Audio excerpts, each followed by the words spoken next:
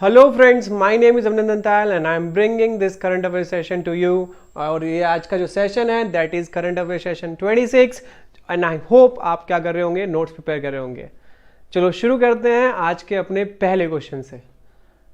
आज का जो हमारा पहला क्वेश्चन है वो है where was the first council meeting of global biodiversity framework fund. तो बायोडाइवर्सिटी के लिए एक फंड बना है, ठीक है। बायोडाइवर्सिटी क्या होती है? बायोडाइवर्सिटी होती है एनिमल्स, प्लांट्स, इंसेक्ट्स, इन सब की जो स्पीशीज होती हैं वो बायोडाइवर्सिटी कहलाती है। अब इस बायोडाइवर्सिटी को बचाने के लिए एक फंड बनाया गया है। ये जो फंड बनाया गया था ये बनाया कब गया था? ये 15th COP में बनाया गया था। किसमें बनाया गया था? 15th COP में बनाया गया था। 15th COP, conference of parties. अब ये 15th COP जो थी वो किसकी थी? वो थी CBD की। CBD क्या होता है? Convention on biological diversity. Convention on biological diversity, ये COPD, ठीक है। तो अब ये है कि एक फंड बनाया गया है GBFF। इसका जो डिसीजन लिया गया था 2022 में लिया गया था 15th COP में CBD के, कि हम एक ऐसा फंड बनाएंगे। फंड का नाम रखा गया था ग्लोबल बायोडाइवर्सिटी फ्रेमवर्क फंड। इसकी एक मीटिंग हुई है। इसकी जो मीटिंग हुई है वो कहाँ हुई है? वही हुई है यूनाइटेड स्टेट्स ऑफ अमेरिका में ये मीटिंग हुई है। 2 कंट्रीज ने ऑलरेडी फंड दे भी दिया है। वो 2 कंट्री कौन कौन सी हैं? एक है कनाडा और दूसरी जो कंट्री है उसका नाम है UK, यूनाइटेड किंगडम, ठीक है। ये 2 कंट्री ऑलरेडी फंड दे चुकी है और बाकी कंट्री ने प्रॉमिस किया है कि हम ऐसा फंड देंगे टू कंजर्व द बायोडाइवर्सिटी। और आपको पता है कि biodiversity is required for the sustenance of this earth. और अगर ये नहीं हुई तो ऐसा हो सकता है कि हमारी जो पहचान है वो खत्म हो जाएगी। चलो ठीक है, तो आप इसका स्क्रीनशॉट ले सकते हैं। शुरू करते हैं अपना सेकेंड क्वेश्चन। ओके, आजकल एक विवाद है, ठीक है, नाजुल लैंड के ऊपर, कि ये नाजुल लैंड है क्या, इसके ऊपर विवाद चल रहा है, ठीक है। तो क्वेश्चन ये है कि नाजुल लैंड है, जैसे आपको ये फोटो दिख भी चुका है, ये पुष्कर सिंह धामी है, हल्द्वानी वायलेंस है। तो नाजुल लैंड क्या होती है, हमें उसके ऊपर डिस्कस करना है। पहली बात तो आपको एक तो इसका आंसर पता लग गया। इसका आंसर क्या है? इसका आंसर है उत्तराखंड। नाजुल लैंड क्या होती है उसके बारे में बात कर लेते हैं। तो देखो, नाजुल लैंड क्या होती है? गवर्नमेंट ओन प्रॉपर्टी होती है। वो गवर्नमेंट की एक प्रॉपर्टी होती है। गवर्नमेंट क्या करता है? उसको लीज पे दे देता है। However usually it is not directly manage as state property. Government की प्रॉपर्टी होती है बट स्टेट प्रॉपर्टी की तरफ से मैनेज नहीं किया जाता है, ठीक है। तो क्या करने जाते हैं? उसे लीज पे दे देते हैं फॉर अ फिक्स पीरियड। एक पीरियड के लिए उसे लीज पे दे दिया। फिर जब वो पीरियड खत्म हो जाएगा तो बाद में गवर्नमेंट की मर्जी है उस लीज को आगे बढ़ाना है या नहीं बढ़ाना है। तो एक नाजुल लैंड थी जिसके ऊपर एक मस्जिद थी, उसे लीज पे मस्जिद वालों को दिया गया था, ठीक है। अब होगा क्या? एक पर्टिकुलर टाइम के बाद वो लीज खत्म हो जाएगी। अब वो प्रॉपर्टी दोबारा किसकी हो जाएगी? गवर्नमेंट की। अब now it is in the government hand कि वो उसको आगे बढ़ाना चाहता है नहीं बढ़ाना चाहता है। तो गवर्नमेंट ने कहा कि हमें आगे नहीं बढ़ाना है और फिर वहां से मस्जिद, फिर वो क्या हो गई? अब वो मस्जिद इलीगल हो गई क्योंकि अब आपके पास लीज नहीं है। अभी मस्जिद को हटाने गए तो वहां पर वायलेंस हो गई, उसे बोलते हैं हल्द्वानी वायलेंस। और जमीन का नाम क्या है? नाजुल लैंड, ठीक है। ये हमने यहाँ पे पढ़ा था, तो इसका आंसर आपको पता लग गया, ठीक है। चलो शुरू करते हैं अपना नेक्स्ट क्वेश्चन। तो recently UPI payment system has been launch in which 2 countries. आपको पता ही है इंडिया में यूनिफाइड पेमेंट इंटरफेस ये बहुत आगे बढ़ चुका है, ठीक है। आगे हमने गूगल पे, फोन पे, बहुत सारी ऐप्स हैं जो जिसके थ्रू आप UPI को यूज़ कर सकते हो। It is one of the safest system in the world और ऐसा किसी ने भी नहीं किया जैसा हमने कर दिया है। सोचो कितना ट्रस्ट जगाया होगा इंडियंस के मन में। अब आप सोचो, अगर आपका दिन का एक भी UPI पेमेंट फेल हो जाए और आप एक शॉपकीपर हो, एक भी पेमेंट फेल हो गया कि 250 रुपये किसी ने दिखा गया कि आपके अकाउंट में आ गए और गलती से वो पैसे वापस चले गए उसी के अकाउंट में, या ऐसा कोई भी एरर, कोई ऐसा सिस्टम देखा है दुनिया में जिसमें एरर ना होता हो? बट इंडिया का UPI बहुत अच्छा वर्क कर रहा है। ऐसा आपने बहुत मुश्किल ही देखा होगा कि कभी कोई UPI पेमेंट फेल हो गई और शॉपकीपर, अच्छा एक बार ही आपके साथ गलत हो जाएगा तो शॉपकीपर यूपीआई लेने से मना कर देगा, भाई मैं ले रहा हूँ, ये सिस्टम गलत है तुम्हारा, ठीक है, ऐसा नहीं करेंगे, मैं यूपीआई नहीं लेंगे, मेरे को तो कैश चाहिए। बट कितना एयरलेस ये एक तरीका का है। और इंडियन स्टैक, बहुत सारी ऐसी ऐप हैं जो इंडिया में तो हेल्प कर ही रही हैं और बहुत सारी कंट्रीज हमसे भी मांग रही है। तो अभी क्या हुआ है, इंडिया ने यूपीआई इस सिस्टम को किसी और कंट्री के साथ भी साझा करने की किया है। ऑलरेडी हम कर चुके हैं, ऑलरेडी हम किस किस के साथ कर चुके हैं, यूएई के साथ कर चुके हैं, सिंगापुर के साथ कर चुके हैं, सिंगापुर किसके साथ कर चुके हैं, फ्रांस के साथ कर चुके हैं, ठीक है, और भी एक दो कंट्री है।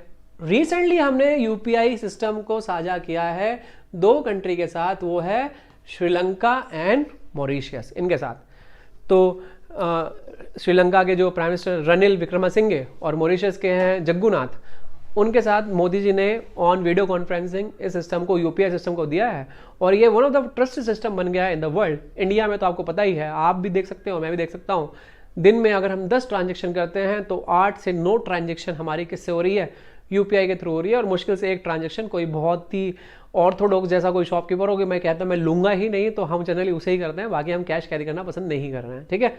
चलो हमारा नेक्स्ट क्वेश्चन देखते हैं।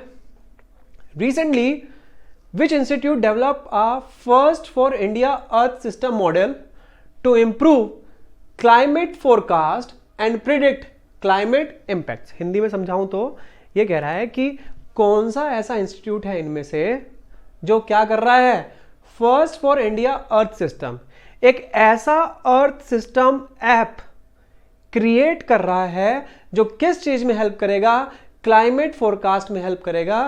क्लाइमेट फोरकास्ट का मतलब क्या होता है कि कैसा आगे मौसम रहने वाला है, उसमें हेल्प करेगा और क्लाइमेट इंपैक्ट को हेल्प करेगा। तो वो इंस्टीट्यूट का नाम पूछ रहा है। तो असल में एक इंस्टीट्यूट है Indian institute of tropical metrology. ये जो इंस्टीट्यूट है ये पुणे में है, पुणे में और महाराष्ट्र में। अब ये इंस्टीट्यूट क्या करेगा, बहुत सारी चीजों का अध्ययन करेगा, जैसे आइस का अध्ययन करेगा, एयर का अध्ययन करेगा, ठीक है, अर्थ के क्लाइमेट में जो भी चीजें इंपैक्ट करती है उन चीजों का अध्ययन करेगा और फिर एक प्रिडिक्शन देगा। देखो क्लाइमेट हम चाहे कितना भी समझ लें कि हम उसे समझ चुके हैं, जैसे कि अगर आपको अच्छा मानसून चाहिए तो आपको पता है आपको एल नीनो नहीं चाहिए, ला नीना चाहिए, आपको पॉजिटिव इंडियन ओशन डाइपोल चाहिए, आपको तिब्बतन प्लेट्यू से जेट स्ट्रीम आपकी तरफ को आती हुई चाहिए। तो इंसान ने बोल दिया है कि हमें सब कुछ पता लग गया है, कि हमें मैक्सिमम पता लग गया है कि मानसून कैसे होता है और अच्छा मानसून कब क्या आएगा, बट फिर भी हमारी प्रेडिक्शन फेल हो जाती है। तो प्रेडिक्शन के क्षेत्र में हम हमेशा अच्छा कर सकते हैं।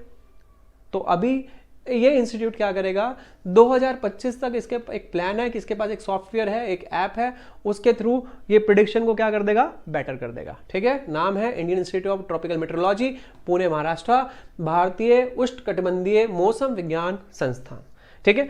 चलो आप इसका वो ले सकते हैं स्क्रीनशॉट। अगले क्वेश्चन की तरफ बढ़ते हैं। तो एक फास्ट टेलीस्कोप है, जैसे कि आपको यहां पर दिख भी पा रहा है, fast telescope is developed by which country. तो देखो अब आप कहोगे सर ये तो टेलीस्कोप जैसा दिख नहीं रहा। देखो असल में होता क्या है ना, कभी कभार ना टेलीस्कोप ना डिफरेंट टाइप के होते हैं। टेलीस्कोप वही नहीं जो आप आंखों से देखते हो। अगर आपने कोई रेडियो सिग्नल कैचिंग कोई मशीन लगाई हुई है जो रेडियो वेव्स को कैच कर रही है, उसके थ्रू भी आप कुछ पता लगा सकते हो कि संसार जैसे यूनिवर्स बना कैसे था, जो यूनिवर्स में चार्जेस हैं वो कैसे हुए। आप पता लगा सकते हो अबाउट बिग बैंग थ्योरी, क्योंकि आपको पता ही है बहुत तरह की जो रेडिएशंस हैं उनको भी साइंटिस्ट को पता है किस तरीके से ऑब्जर्व करना है। तो हुआ क्या है, नानजिंग यूनिवर्सिटी ऑफ चाइना, उन्होंने एक टेलीस्कोप बनाया है, नाम क्या रखा है, फास्ट टेलीस्कोप। तो ये कह रहा है कि फास्ट टेलीस्कोप क्यों न्यूज़ में है, क्योंकि इसने ऐसा किया है, इसने कोई जो यूनिवर्स में फैली रेडियो वेव्स है उसे ऑब्जर्व किया है और it is one of the largest radio telescope in the world. तो ये है इसका आंसर। फिर क्या हो गया, इसका आंसर है चाइना, ठीक है। नेक्स्ट, तो what is the name of the satellite recently launch by NASA to survey ocean and atmosphere. NASA ने एक सैटेलाइट बनाई है to survey ocean and atmosphere. उस सैटेलाइट का नाम क्या है, उस सैटेलाइट का नाम है पेस। अब पेस की जो फुल फॉर्म है वो है आपकी पी फॉर प्लैंकटॉन्स, ठीक है, A for aerosols, C for cloud, E and E for ocean ecosystem. तो ये इस मिशन का नाम है और प्यार से बुलाते हैं PACE, plankton, aerosol, cloud and ocean ecosystem. अब ये कह रहा है कि ये रिसेंटली न्यूज में क्यों था या नासा से था, तो कौन सा मिशन था? तो आंसर क्या था? पेस। ये नासा का और स्पेस एक्स का कंबाइंड मिशन है।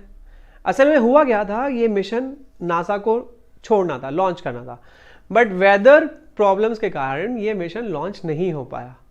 अच्छा, आपसे क्या पूछेगा? आपसे पूछेगा जो पेस मिशन है वो किसका है, तो आप बोल देना नासा का है, स्पेस एक्स का है। पेस की फुल फॉर्म क्या है? प्लैंकटन, एरोसोल, क्लाउड और ओशन इकोसिस्टम। ये क्या है? इसकी फुल फॉर्म है। ठीक है, तो ये आपको बताना है, पेस इसका आंसर है। ठीक है, इस तरीके से वो अच्छे से प्रिडिक्शन करने के लिए हमने ये मिशन लॉन्च करेंगे। तो एक मिसाइल है, मिसाइल का नाम दिख रहा है जिक्रोन मिसाइल। ये सुपरसोनिक क्रूज मिसाइल है, प्लीज यहां पे चेक कर लेना। ये बैलिस्टिक मिसाइल नहीं है, ये कैसी मिसाइल है? क्रूज मिसाइल है। इसकी जो स्पीड मानी जाती है वो मानी जाती है लगभग 10,000 किलोमीटर पर आवर। समझ सकते हो कितनी स्पीड है ये? 10,000 किलोमीटर पर आवर। ये सुपरसोनिक है। सुपरसोनिक का मतलब होता है साउंड से भी तेज। सुपरसोनिक तो लगभग मैं कहता हूं इसके हाफ में हो जाएगा, लगभग इसके हाफ में सुपरसोनिक हो जाता होगा। ठीक है, आप एग्जैक्ट देख सकते हैं। तो अगर 6,000 किलोमीटर पर आवर की भी स्पीड होगी तब भी सुपरसोनिक हो जाएगा। ये कितना है? 10,000 किलोमीटर पर आवर की स्पीड है। नाम है इसका जिक्रोन मिसाइल। ये जब चलती है तो अपने आसपास ना एक क्लाउड बना लेती है। तो जब एक क्लाउड बन जाता है तो रडार के बस का नहीं होता इसको क्या कर ले? डिटेक्ट कर ले। इसलिए माना जाता है कि ये मिसाइल क्या है? ये मिसाइल कोई पकड़ ही नहीं सकता। ये ब्रह्मोस से भी अगर ये इतनी स्पीड सही है तो माना जाता है कि दुनिया की फास्टेस्ट क्रूज मिसाइल है। इसमें जो इंजन यूज हुआ है वो यूज हुआ है स्क्रैमजेट, और जैसे मैंने आपको बताया जब चलती है तो अपने आसपास एक धुआं, एक गोला बना लेती है जो रडार में नहीं आता। और आपको पता है वैसे क्रूज मिसाइल वैसे भी बहुत अच्छी होती हैं। किस मामले में? अगर स्टेल्थ टेक्नोलॉजी के मामले में अपने आप को छुपा के चल सकती हैं, पेड़ों की हाइट पे चल सकती हैं। ये बैलिस्टिक मिसाइल की तरह नहीं है जो प्रोजेक्टाइल की तरह काम करता है, ये कुछ अलग है। तो अगर आपको स्टेल्थ यूज करना है तो क्रूज में और बैलिस्टिक में तो आप ऑब्वियसली क्रूज मिसाइल को यूज करना चाहेंगे। इसमें फ्यूल कंजप्शन भी होता है, इसमें इंजन होता है, ये छुप भी सकती है। अभी क्या कर रहा है कि रशिया ने इसका आंसर क्या होगा पहले देख लेते हैं। किस कंट्री ने छोड़ा है? तो आंसर हो गया रशिया। और किसके ऊपर छोड़ा है? यूक्रेन के ऊपर छोड़ा है। और यूक्रेन वाले क्लेम कर रहे हैं कि हमने जिक्रोन को उड़ा दिया। ठीक है, तो बस इसलिए ये न्यूज में था, इसलिए आपको याद रखना है। आंसर क्या है? रशिया। क्रूज मिसाइल थी, बहुत तेज स्पीड मैंने आपको बता दी है, बहुत तेज स्पीड है। चलो अपने नए क्वेश्चन की तरफ बढ़ते हैं। तो इंडिया की वर्ल्ड बैंक की एक वो आती है परफॉर्मेंस इंडेक्स, नाम है लॉजिस्टिक परफॉर्मेंस इंडेक्स। ठीक है, इसमें इंडिया की रैंकिंग क्या है बच्चों? इसमें इंडिया की रैंकिंग है 38। तो लॉजिस्टिक का मतलब क्या होता है? सामान का इधर से उधर अच्छे से जाना। देखो, लॉजिस्टिक किसी भी बिजनेस की कामयाबी के लिए बहुत जरूरी चीज है। ठीक है, अगर आपके पास रोड्स नहीं है, आपके पास पोर्ट्स नहीं है, आपके पास कोई ट्रांसपोर्टेशन फैसिलिटीज नहीं है, तो आपके यहाँ पर कभी भी बिजनेस आएगा ही नहीं। लाइक चाइना और इंडिया दोनों कहें कि भाई सैमसंग को आ जाओ, इंडिया आ जाओ और अपने मोबाइल मैन्युफैक्चर कर लो, तो भाई सैमसंग के पास ऑप्शन है कि कहाँ, जहाँ लॉजिस्टिक अच्छा है मैं वहाँ जाऊँ या मैं इंडिया में आऊँ जहाँ पे लॉजिस्टिक अच्छा नहीं है। अच्छा, पता लगाने का तरीका क्या है? रैंकिंग से पता लगाओ। अगर चाइना की रैंकिंग 20 है और हमारी 34th है और किसी की रैंकिंग 100 है, तो भाई 100 वाली कंट्री में तो जाना नहीं है, उनकी तो रैंकिंग ज़्यादा ही बुरी है। 34th हमारी है, 20th मैं कहता हूँ, अज्यूम करता हूँ चाइना की है, तो ऑब्वियसली चाइना का थोड़ा सा पलड़ा भारी है। इसलिए ऐसी रैंकिंग में नंबर लाना ज़्यादा बड़ी अच्छी बात है। तो कल को आप सोचो आपको 20 है, 10 है, 5 है, फर्स्ट आ गए आप, तो आपके यहाँ ज़्यादा ज़्यादा बिजनेस आएंगे क्योंकि उन्हें पहले ही पता लग गया कि आपके यहाँ लॉजिस्टिक सेक्टर अच्छा ग्रो कर रहा है। तो इसे कहते हैं लॉजिस्टिक। तो ऐसा नहीं है कि अगर रैंकिंग आ गई तो क्या ही बड़ी बात हो गई, भाई रैंकिंग आ गई तो आपका ये सुधर रहा है, आपके पास बिजनेस आएगा। और इसके लिए कौन जिम्मेदार है? तो एक लॉजिस्टिक सेक्टर से प्रधानमंत्री की स्कीम थी, प्रधानमंत्री गति शक्ति स्कीम। इसमें क्या हो रहा था? बहुत सारी रोड्स, बिल्ड्स, रेलवेज, एयरपोर्ट्स, सी पोर्ट्स, सब चीज़ों को डेवलप किया गया, आपस में इंटरलिंक किया गया। तो इसलिए ये बहुत न्यूज में थी। फिर इवन गवर्नमेंट ने क्या निकाली, नेशनल लॉजिस्टिक पॉलिसी निकाली। तो ये जो 2-3 एफर्ट थे जिसकी वजह से इंडिया की ये रैंकिंग सुधरी है, लगभग 16 नंबर सुधरी है 2014 से, और आई थिंक 6 नंबर सुधरी है 2018 से। तो बहुत रैंकिंग सुधरी है और हमारे यहाँ बहुत ज़्यादा बिजनेस आने के चांसेस हैं। ठीक है, चलो नेक्स्ट क्वेश्चन शुरू करते हैं। तो 23rd world sustainable development summit, ये समिट होना है, न्यू दिल्ली में होना है। ठीक है, ये कह रहा है कि इस समिट को कौन ऑर्गेनाइज कराता है, तो इस समिट को ऑर्गेनाइज कराता है टेरी दी एनर्जी रिसोर्स इंस्टीट्यूट, और इसका आंसर क्या हो गया, ए। सस्टेनेबल डेवलपमेंट ऐसा करो कि फ्यूचर की जनरेशन का भी ख्याल रखो। लाइक अफ्रीका में लोग बाग नेचुरल रिसोर्सेज को एक्सप्लॉइट करके अमीर होना चाहते हैं। उसमें प्रॉब्लम क्या है, नेचुरल रिसोर्सेज अगर आपने सारी खत्म कर दी तो फिर क्या होगा, कल को जो तुम्हारे बच्चे होंगे वो कहां से लाएंगे। तो सस्टेनेबल डेवलपमेंट होना चाहिए। ये नहीं कि अमीर बनना है तो पेड़ काट दिए, सब कुछ काट दिया, अगर वहां पे एलिफेंट है उनके दांत बेच दिए, तो ये भी एक तरीका है अमीर बनने का। तो सस्टेनेबल डेवलपमेंट होना चाहिए और ये टेरी ने ऑर्गेनाइज कराया है। ठीक है, चलो नेक्स्ट क्वेश्चन देखते हैं। तो ये देखो एक नींबू है, नाम है काजी नींबू इसका नाम है। इसको जीआई टैग मिला है। इसको क्या मिला है बच्चों, जीआई टैग मिला है। और आपको पता है हमारे इंडिया में जीआई टैग एक्ट है। जीआई टैग एक्ट जो आया था वो आया था 1999 में। ठीक है, तो किसी भी चीज की ऑथेंटिसिटी को बचाने के लिए जीआई टैग का एक फिनोमिना शुरू किया गया। जैसे कि आगरा का पेठा, अब आगरा का पेठा अगर देहरादून में बनने लगे तो क्या वो आगरा का पेठा कहलाना चाहिए, नहीं। तो आगरा का पेठा अगर लिखना है डब्बे पे तो उसे कहाँ बनना चाहिए, उसे आगरा में ही बनना चाहिए। इसलिए जीआई टैग लाया गया, जिससे चीज़ों की ऑथेंटिसिटी बनी रहे, लोग उस पर ट्रस्ट करें। अब आगरा का पेठा आपको आपने कोई गंदा सा पेठा खा दिया तो आप पूरी दुनिया को क्या बताओगे, क्या आगरा का पेठा घटिया था, आगरा का पेठा मैं तो नहीं खाने का। तो नुकसान किसको हो गया, आगरे के पेठे को नुकसान हो गया। तो ऐसी बहुत सारी, कोई इंडस्ट्रियल चीज़ हो, कोई नेचुरल चीज़ हो, उसके लिए आप जीआई टैग ले सकते हो। तो अभी ये काजी नींबू, ये एक तरह का नींबू है जो मिडिल ईस्ट तक भी भेजा जा रहा है, इसको जीआई टैग मिला है। ये पूछ रहे हैं कौन से स्टेट से है, तो आप क्या बताओगे, ये कौन से स्टेट से है, ये असम स्टेट से। गेट इट, चलो ठीक है, आप इसका स्क्रीनशॉट ले सकते हो। हम अपने बढ़ते हैं अपने नेक्स्ट क्वेश्चन की तरफ को। नेक्स्ट क्वेश्चन है, on which island group is India going to establish a new naval base, कि इनमें से कौन से आइलैंड ग्रुप पे इंडिया अपना एक नया नेवल बेस बनाना चाहती है। तो आपको मैंने बताया था, कैसे बताया था, कि इंडिया के आसपास चाइना क्या कर रहा है, स्ट्रिंग ऑफ पर्ल पॉलिसी बना रहा है। म्यांमार में सिटवे पोर्ट, बांग्लादेश में चिटागोंग पोर्ट, श्रीलंका में हम्बनतोता पोर्ट, यहाँ पर ग्वादर पोर्ट, कहीं पर सेशल्स में या हॉर्न ऑफ अफ्रीका में बहुत सारे पोर्ट्स बना रहा है। तो इंडिया को लग रहा है कि इंडियन ओशन में जो है उसकी सत्ता खतरे में है।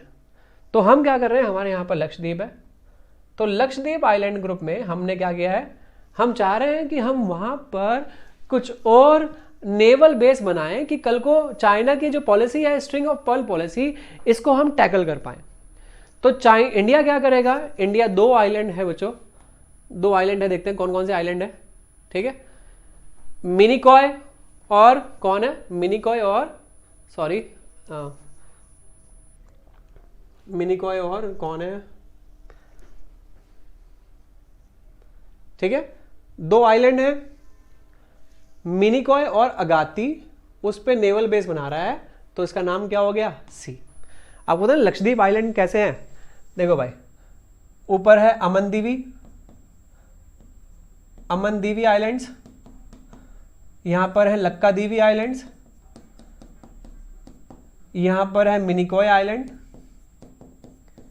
ठीक है, यहां पर लक्कादीवी का पार्ट है अगाती आइलैंड।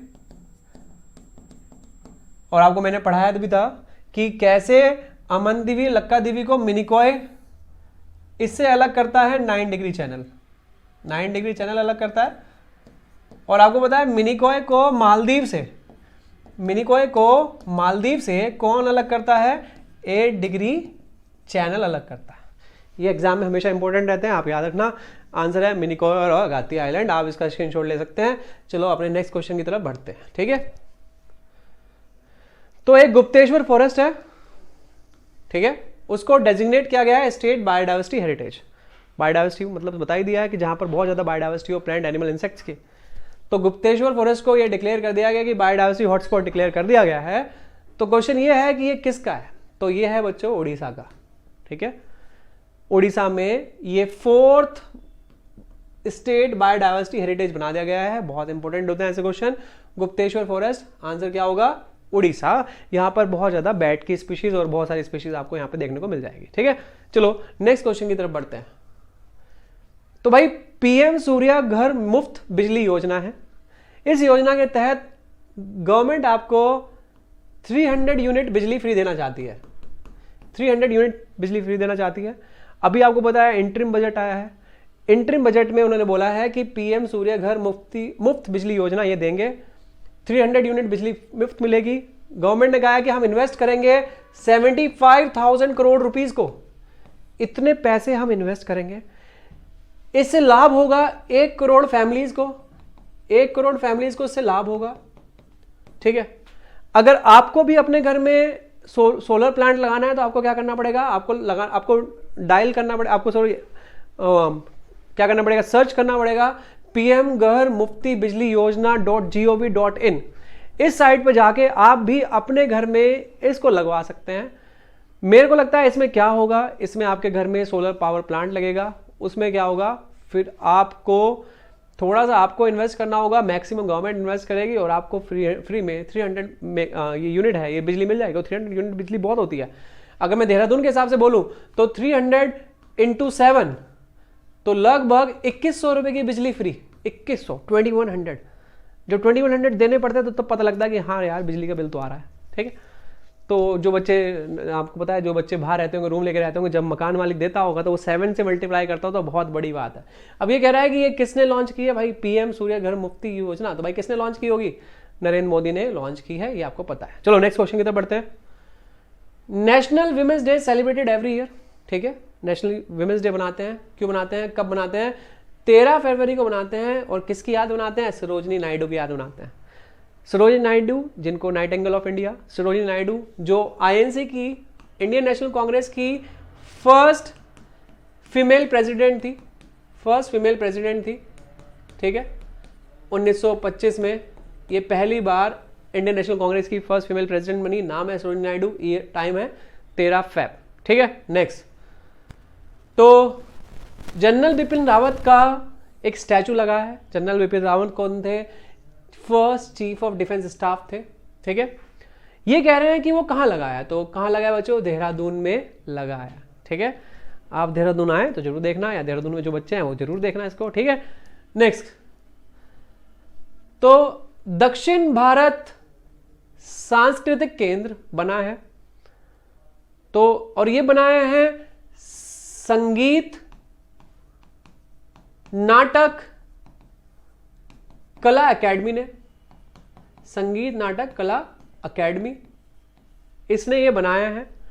अब संगीत नाटक कला एकेडमी जो है बच्चों, ये तो दिल्ली में है। इसने क्या किया है, इसने साउथ में भी हेडक्वार्टर बनाया है। किस नाम से बनाया है, दक्षिण भारत सांस्कृतिक केंद्र। अब जो संगीत नाटक कला एकेडमी है, इसको बोलते हैं नेशनल स्कूल, इसका इंग्लिश में क्या बोलते हैं, national school of song dance and drama academy, ये इसका नाम है।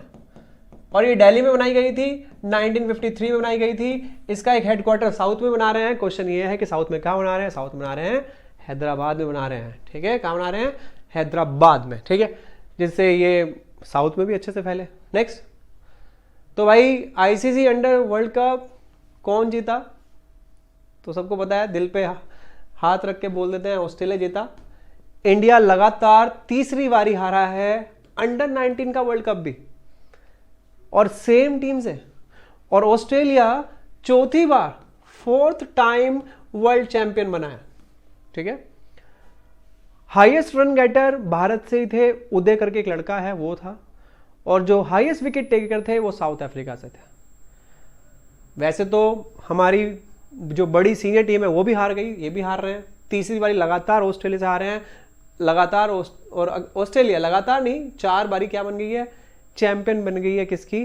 आईसीसी अंडर 19 वर्ल्ड कप की। और आपको पता है विराट कोहली हो, रोहित शर्मा हो या रविंद्र जडेजा हो या कोई भी नाम ले लो आपको, जैसे कि शुभमन गिल हो, ये सब बच्चे पहले यहीं से चैंपियन बन के निकलते हैं और फिर ही आते हैं। जैसे विराट कोहली अंडर 19 में चैंपियन बन के निकला था और कैसे चैंपियन प्लेयर आए हैं। तो एक बार अगर हम हार के आ रहे हैं ना, तो एक सोचो, एक हार ना एक हैबिट बन जाती है कभी कभार ना। तो अंडर 19 भी हार रहे हैं और फिर आगे भी हार सकते हैं। ऑस्ट्रेलिया वाले क्यों हारते हारते जीत जा रहे हैं?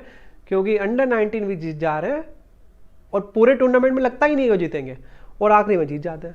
और हम पूरे टूर्नामेंट में लगता है जीतेंगे। तो कहीं ना कहीं ये दिमागी कोई, हमें लगता है कि दिमाग की कोई कमजोरी है जो शायद ऐसा करते हैं। तभी कहते हैं कि हमेशा अच्छा सोचना चाहिए, ठीक है? हमेशा what you think you become, हमेशा अच्छा सोचो। उसके पीछे एक ये भी कारण है। पहला श्रीलंका क्रिकेटर जिसने ओडीआई में डबल सेंचुरी लगाई, हमारे यहाँ तो बहुत सारे हो गए, इनके यहाँ पर पहला था, नाम था पथुन निशांका। इसने अफगानिस्तान के खिलाफ श्रीलंका में ही पलक्केड करके जगह है, वहां पर पहला दोहरा शतक लगाया, ठीक है? नेक्स्ट, एमएस स्वामीनाथन को भारत रत्न अवार्ड मिला और एमएस स्वामीनाथन को बोला जाता है father of green revolution. Father of green revolution जो थे वो नॉर्मन एंड बॉरलॉग थे पूरे वर्ल्ड में। इंडिया में ग्रीन रिवोल्यूशन लेके आने वाले इस बंदे का नाम था एमएस स्वामीनाथन। और ग्रीन रिवोल्यूशन ले आए तो किससे जुड़े होंगे? ये एग्रीकल्चर से जुड़े होंगे। और आपको पता है इंडियन गवर्नमेंट ने अभी 3 लोगों को भारत रत्न देने को बोला है। एक पीवी नरसिम्हा राव, ठीक है? दूसरा किसको? चौधरी चरण सिंह, ठीक है? ये दोनों तो पॉलिटिकल फील्ड से हैं। और तीसरा कौन है? तीसरे हैं हमारे एमएस स्वामीनाथन, जो किस फील्ड से हैं? एग्रीकल्चर फील्ड से हैं। इन्हें भी क्या मिलेगा? भारत रत्न अवार्ड मिलेगा, ठीक है? नेक्स्ट, वर्ल्ड गवर्नमेंट समिट हो रहा है, इसमें इंडिया को भी इनवाइट किया गया है। और ये समिट कहां पे हो रहा है? ये समिट हो रहा है दुबई में, ठीक है? और अगला है 7th इंडियन कॉन्फ्रेंस हो रहा है बच्चों, 7th नंबर है। ये कह रहा है कि 7th इंडियन कॉन्फ्रेंस कहां हो रहा है? ये बच्चों इस बार हो रहा है ऑस्ट्रेलिया में। और इंडिया की तरफ से कौन जाएंगे? हमारे फॉरेन मिनिस्टर जाएंगे। फॉरेन मिनिस्टर का नाम क्या है? एस जयशंकर फॉरेन मिनिस्टर का नाम है, जो इनॉग्रेशन सेशन में अपना स्पीच देंगे, ठीक है? तो बच्चों आज के लिए काफी है। कल हम फिर कल तो नहीं, अगली बार फिर मिलेंगे अपने करंट अफेयर सेशन के साथ। जय हिंद, जय Bharat. Okay, Kindly subscribe D-Day YouTube channel and don't forget to press bell icon.